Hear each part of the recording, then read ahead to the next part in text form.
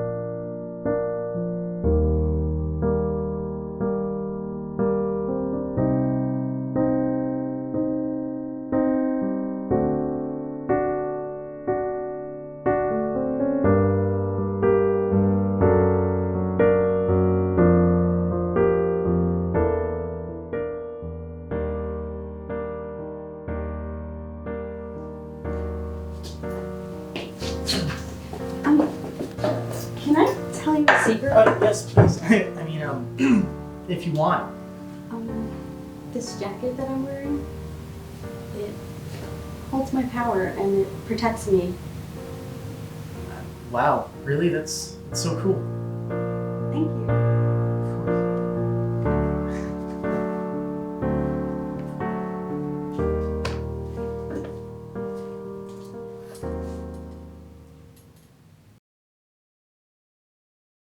Mother knows best.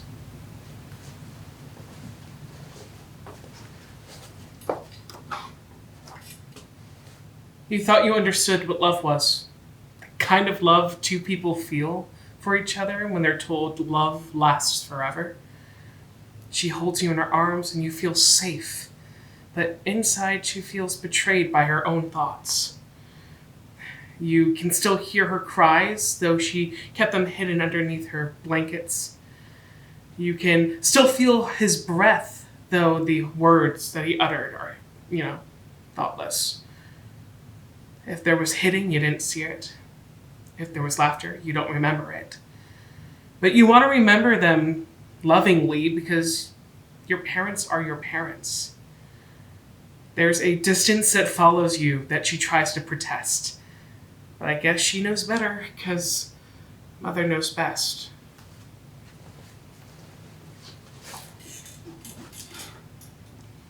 When she tells you you're beautiful, you believe her.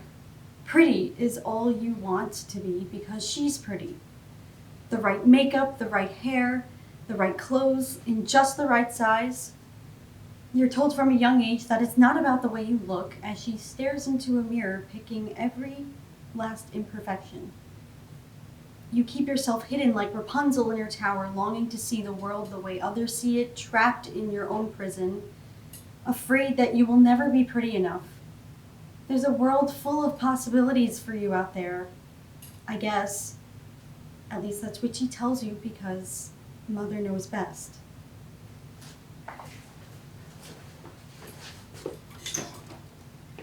He always seemed so nice. He flattered you and bought you nice things. So when he told you you were beautiful, you believed him. He played on your anxiety, knowing you were all his for a price. Would it be better to be hit or to sit in the silence as every unspoken word cut through you like a jagged piece of glass? Twisting and turning round and round on a carousel of never-ending fear, the kind of fear that takes your breath away every time you hear fat, stupid, worthless. The kind of fear that makes you punish yourself for not knowing enough about who you are. She says not to leave him, so you're put to the test, but you stay because you love him. Of course, Mother knows best. The fear is not constant. It comes in waves, ebbing and flowing with every unkind word, every unknowing glance, every pause, until you're broken down piece by tiny piece. He keeps your trust all to himself. All those thoughts come flooding back. Not pretty enough, not strong enough, not smart enough. Feeling like you will never be enough is like living in a new and different prison. So you become someone else. Someone who you don't even recognize. How did I get here? What made me so vulnerable? What made me this way? He takes what he wants without your consent. But you stay because he loves you. Sure, mother knows best. I thought I was strong. I thought I should have seen it sooner. I thought I knew what love was. The kind of love that lasts forever. Leaving is not easy. Maybe it's the hardest thing I ever did, but to find my own way, find my own strength, find my own voice, that was liberating. That was power.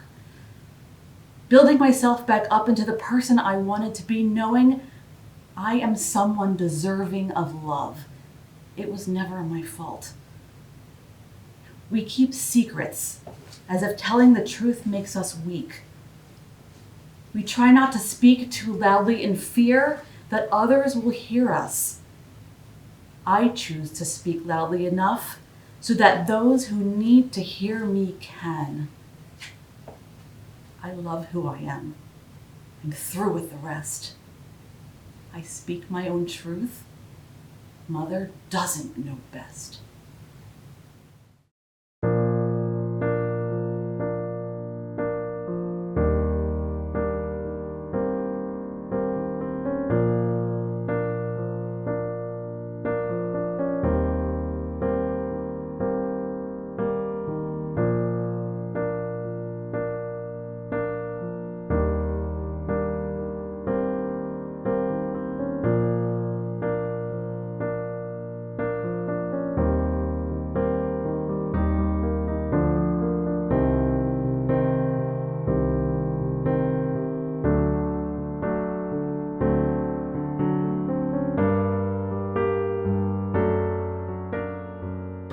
So frustrating. Almost as frustrating as people who talk during movies. I'm sorry, just why can't they see the signs, you know? Signs? Yeah, that this person isn't good for them. They won't them see their friends, that's a red flag. They call them crazy for feeling a certain way, that's another red flag. Good question. Why do you think? I don't know. Maybe that's what they think love looks like. Well, you know, people grow up in all kinds of different cultures, and they have all kinds of different structures about what relationships are supposed to look like, so... But I just don't understand in any culture why it would be okay for one person to hold all the power. It should be equal, right? I agree with you, it's just... We don't know what this character's going through. It's important to have empathy for them. Maybe it's all they've ever known. It's hard to learn a new way of thinking. I guess. Kind of like it's hard to learn how to be quiet during movies. I'm sorry.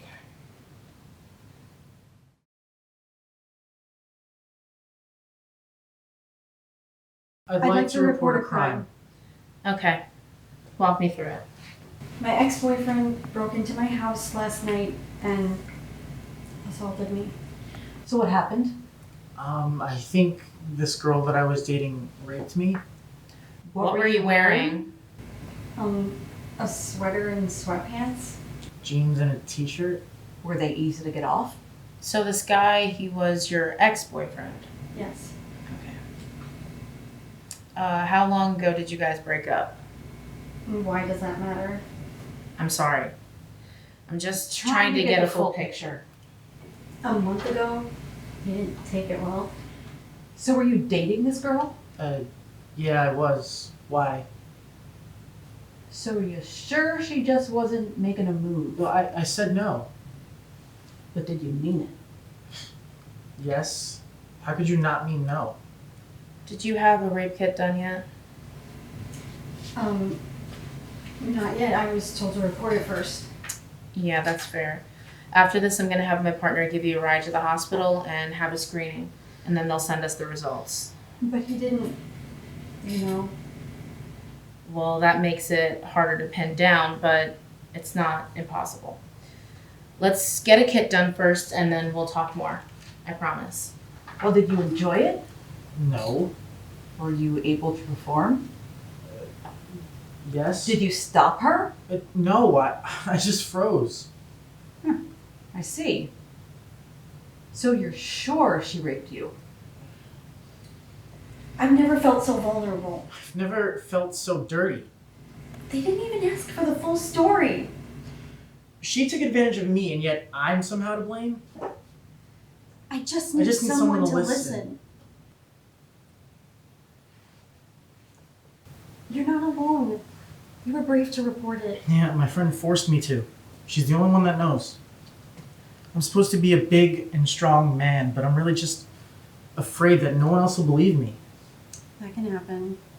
It's always about what you wear and what you did to instigate it. Never about how you feel. Yeah, it feels like just an interrogation. Never a conversation. But it's not always like that. It's hard to see that they're just doing their job. They're thorough, and they want all the answers, and they want to have your back. But that lack of empathy is probably why like 35% of women only report sexual violence. For us, it's lower. 15%. Maybe it's because it happens less, or the shame we feel afterwards because of the stigma, but we don't want to come forward. You shouldn't feel shame for something that someone else did to you. You're a survivor. You may walk around with that baggage forever, but at least you know you survived, and you're here to tell your story, just like the rest of us. Maybe by continuing to tell it, it'll get better. I think it will.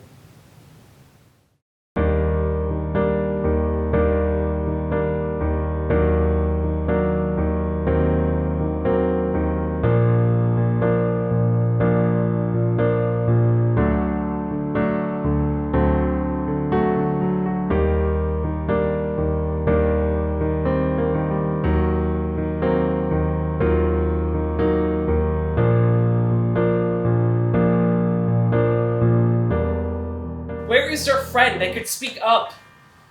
Look who's talking now. I don't think we can only look at the person in the relationship. I think a friend could say something. It wouldn't be their place. Why not?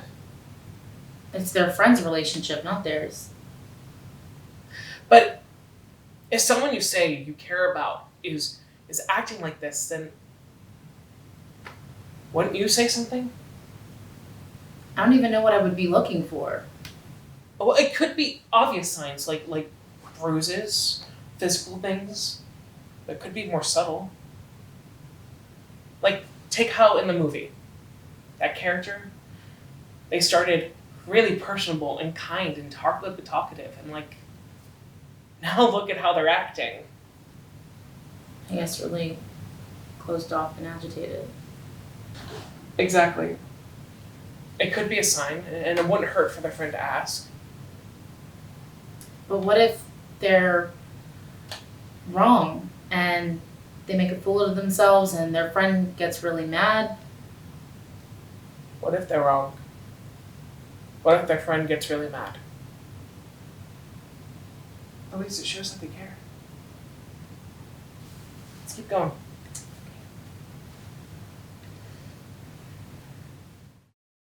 Alright. This is okay. Everything's gonna be okay. Here goes nothing. Hey, you know what? Everything's going to be okay. I'm right here with you. Plus, Dr.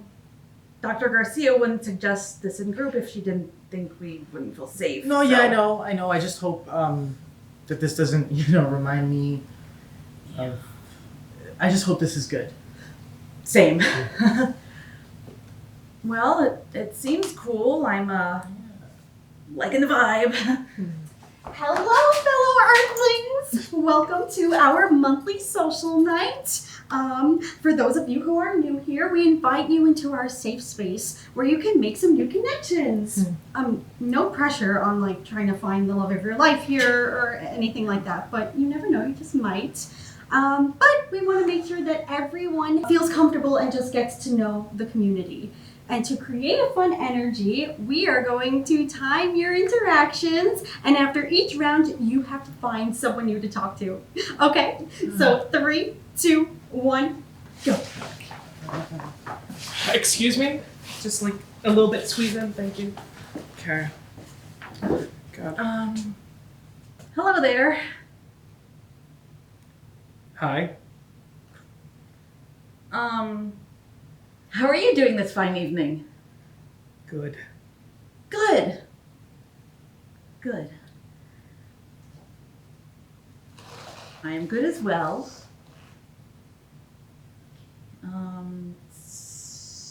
So what brings you here? What? Oh, okay. I think time's almost up. I'm gonna try to squeeze past you again if I can. Sorry. Okay, nice meeting you, I guess. Wow, you are quite the masterpiece. I'm in awe. Thank you. No, thank you for being a sight for sore eyes. Seriously, you are just way too good looking. Oh, well, that's nice. You want to get out of here? This place just seems kind of lame, and we could grab a bite, go back to my place. Oh, I'm not really. Ding! Find someone new to talk to. Okay. That was a lot. You know, I should be a dentist. That was like pulling teeth. They were a total bore, and it was kind of insulting. They wanted me to go back to their place after 30 seconds of talking? No. No. You know what? We're just gonna call that a practice round. Please. Yeah. All right, lovelies, time to switch it up and see if those stars align, okay? 3, 2, 1, mingle!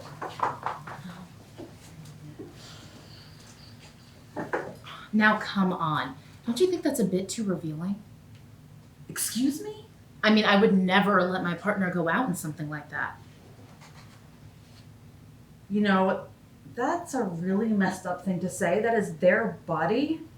They get to choose how they dress. Well, I guess then I just wouldn't let them out of my sight. You don't know what someone would say or would do. Yeah, well, you're a real ray of sunshine. You know what? Have a good night. Whatever. No, I'm telling you. That's great. I've never heard that one before. Well, now you can pull it out at all the events. I guaranteed. I'll try my best. Wow. From the way this night was going, I thought that I was going to have an awful time. Really? How come? Well, I had gone through... it's the first time I've done this in a while, and I wasn't really sure if I was ready for it or not. So. No, yeah, I totally get that. I was going through some really tough stuff in my past, and getting back out there, it wasn't very easy. The whole, meeting new people thing isn't really easy. But I know that talking about it with somebody, it made it all feel a lot better. And if you ever really need a friend, I would love to make it a lot easier on you. Can I give you my number? Yeah, sure. Thank you. Okay. I'll text you so that you know that it's me. Okay, there you go. Yeah, no, got it. Give me a second, I gotta reply to this.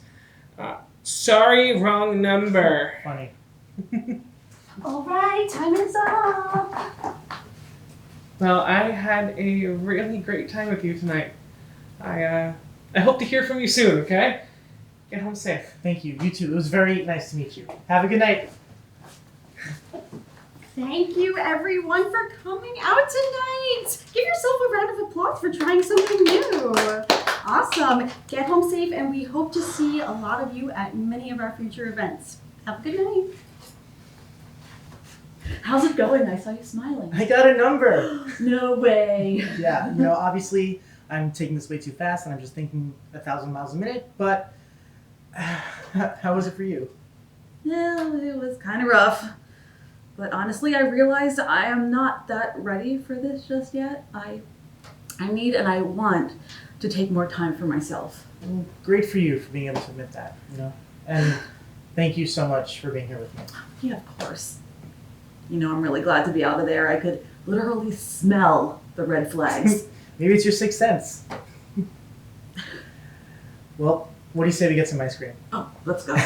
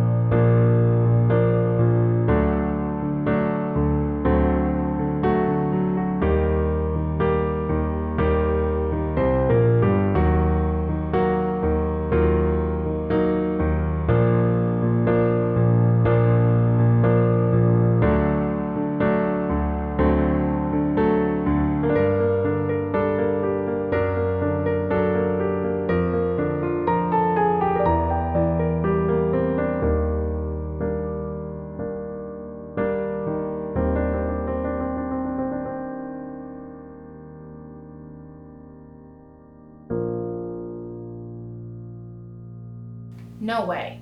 No way. I would have fought back. Really? Yeah, I'm not going to let anyone treat me that way. Well, we don't really know what's going on, so I think it's important not to judge.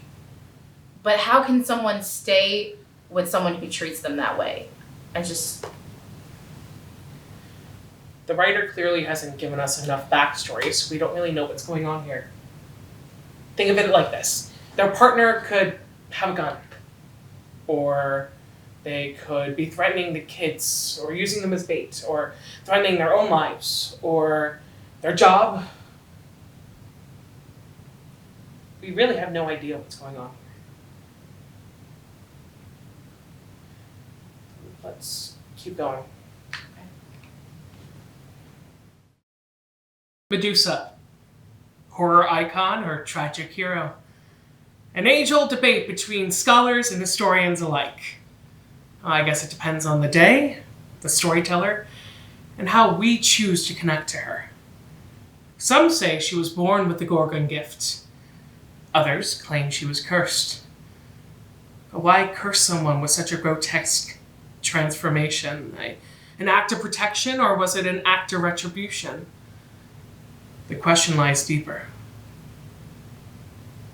Was I transformed by the magic of God?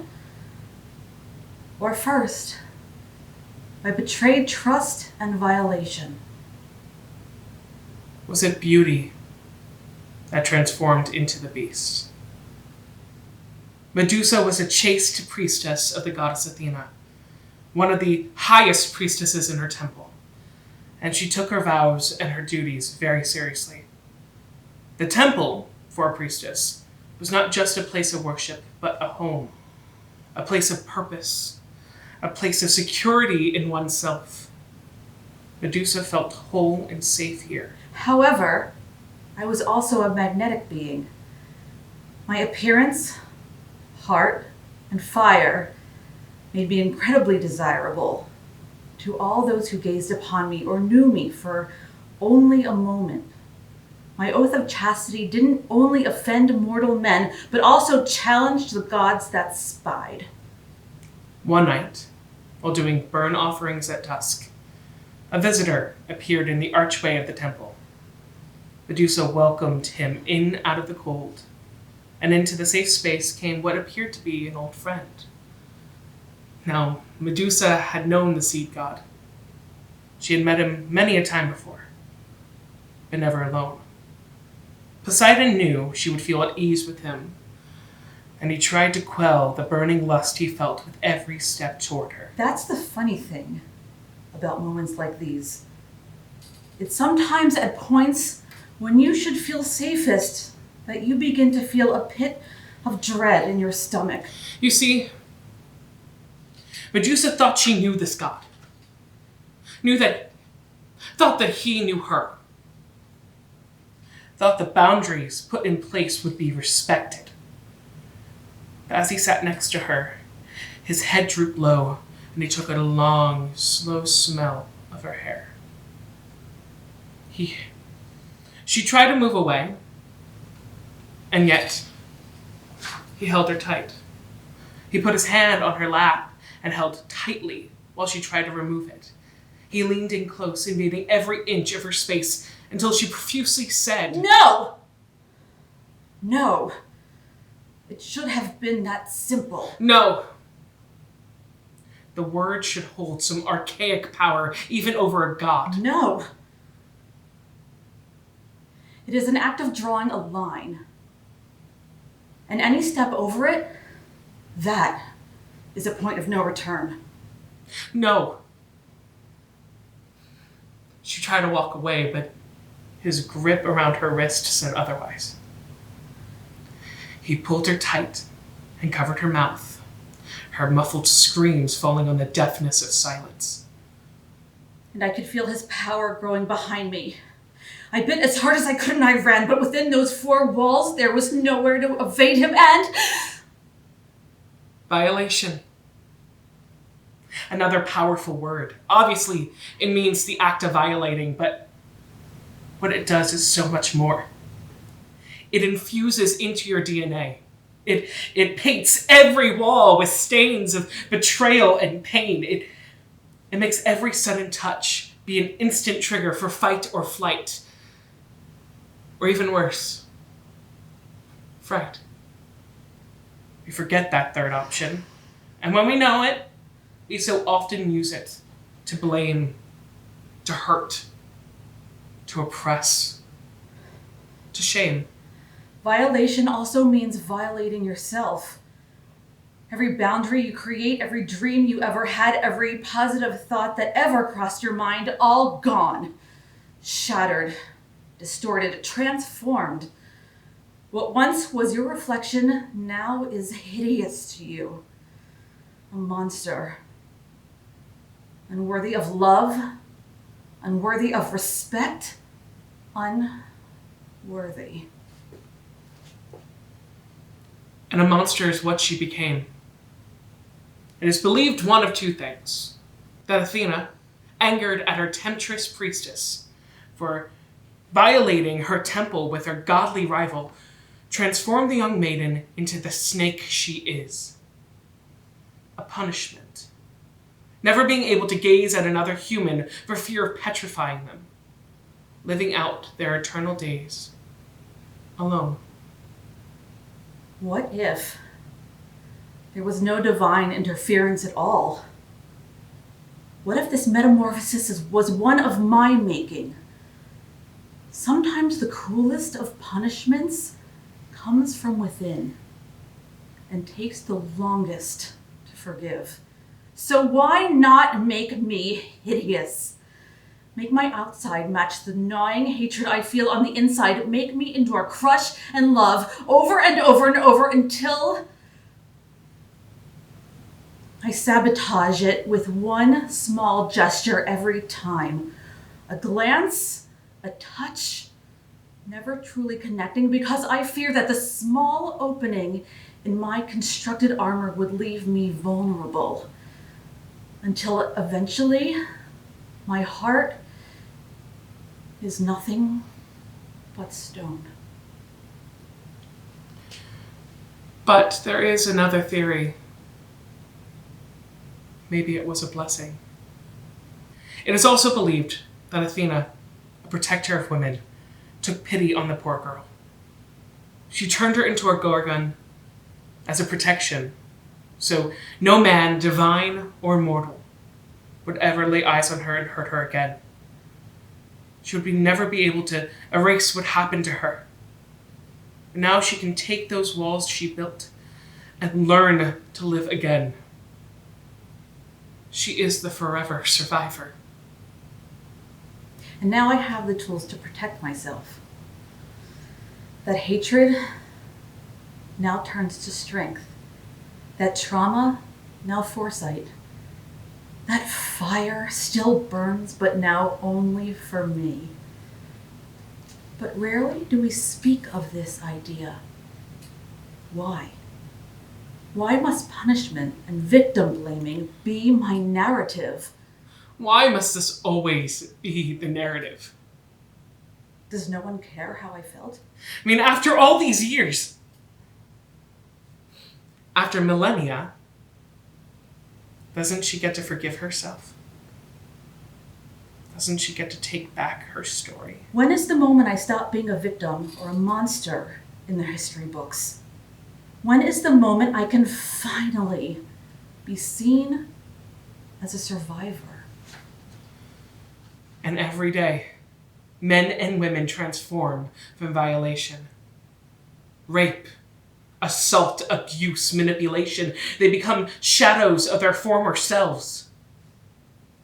When is it Medusa's story can begin again and no longer be a tale of godly punishment, but a cautionary tale? An inspirational tale, a tale of not fighting against your trauma,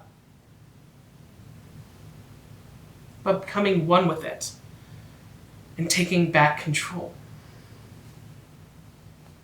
Does anyone take a moment to actually wonder how she feels? How we all feel.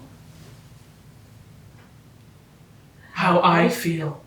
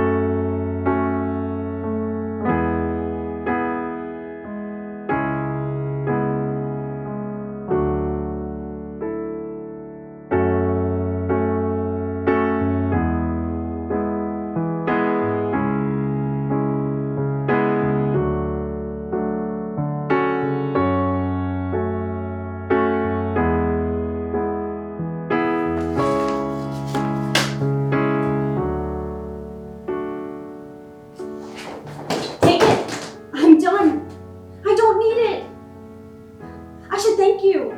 You made me realize that that jacket isn't me or my power. I am my power. I'm done letting it be something that can be taken away from me. Hey, where do you think you're going? I'll come back here now. You can't control me anymore. There's nothing you can say to get me to stay here. But I love you.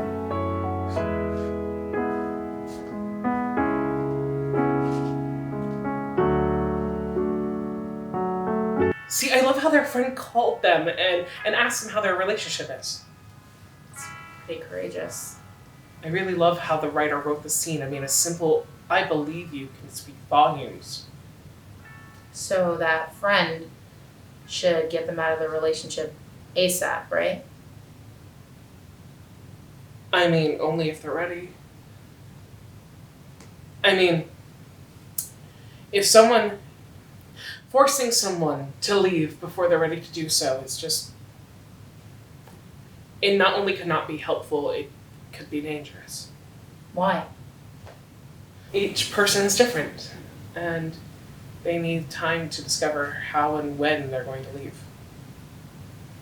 They're the narrator of their own story. All their friends can do is really provide resources, be there for them, and listen.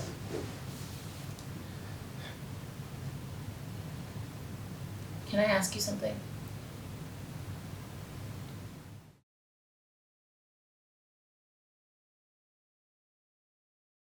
Dear me, I should have seen the signs. Dear you, we cannot blame ourselves for the rose-colored glasses we sometimes wear. We also cannot blame ourselves when they shatter. Dear me, I always make excuses for them. Dear you, it was just you trying to see the best in people. Dear me, I only had my parents as an example.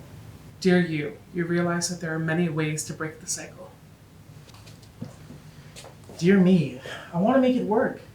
Dear you can't make it work if the power isn't equal. Dear me, I feel like I can't trust anyone. Even the slightest touch on my shoulder sets me off.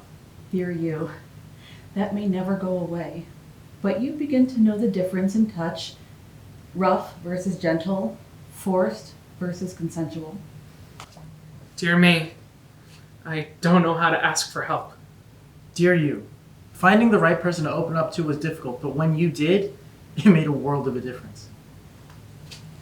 Dear me, I'm afraid of what they'll do to me, to themselves, if I don't give in. Dear you had to do what was best and safest for you. What they do in response is not your fault. Dear me, but I love them. Dear you will one day find love, real, reciprocal love, and understand why that wasn't love. Dear us. There is no excuse for abuse. It's up to you to write your own narrative. Speak your truth and take back your power. Let's turn the page on being a victim and begin our chapter as a survivor. You are enough. Together, we can move forward.